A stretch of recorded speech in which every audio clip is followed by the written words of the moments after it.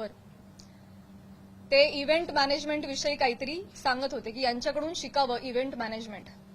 मान्य. पण मग महिला कलाकारांचीच का नावं येतात का? परळीला कधीच कुणी पुरुष कलाकार गेला नाही का हो कार्यक्रमाला?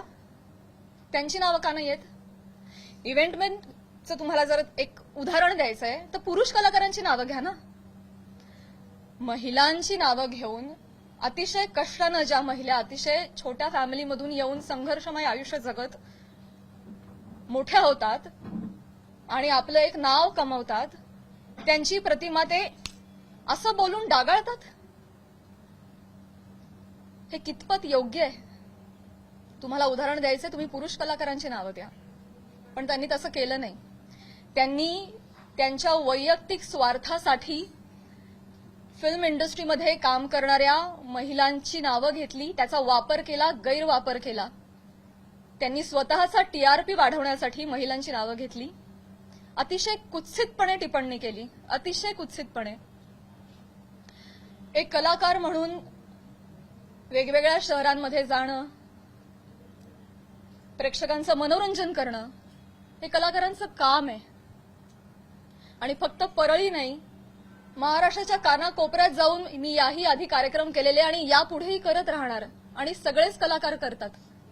याआधीही हजारो नेत्यांबरोबर, प्रतिथयश क्षेत्रातल्या सगळ्या मान्यवरांबरोबर फोटो आहेत. मग तो फोटोचा रेफरन्स उचलून तुम्ही कोणाही बरोबर असं नाव जोडून टाकणार का? हे एक महिला म्हणून, महिला कलाकार म्हणून मला अतिशय ही बाब निंदनीय वाटते. महाराष्ट्रातल्या राजकारण्यांना हे कृत्य शोभत नाही. बरं, ते जे बोललेत ते इतकं कुत्सित आहे. अच्छा, त्या पण येतात का परळीला? अच्छा अच्छा. कोणाला जर नवा चित्रपट वगैरे करायचा असेल तर परळी पॅटर्न अवलंबावा. त्यांचा जे काय जवळचा पत्ता वगैरे काय म्हणायचंय काय तुम्हाला? तुम्ही फक्त महिला कलाकारांच्या चारित्र्यावर शिंतोडे नाही उडवत आहात, महिलांच्या कर्तृत्वावर सुद्धा तुम्ही प्रश्नचिन्ह उपस्थित करताय. का? कुठल्याही पुरुषाच्या किंवा राजकारण्याच्या कुबड्यांशिवाय एखादी महिला स्वकर्तृत्वावर यशस्वी होऊ शकत नाही का? कष्टांनी आणि मेहनतीनं एखादा माणूस मोठा होतो, याच्यावर तुमचा विश्वास का नाही बसत?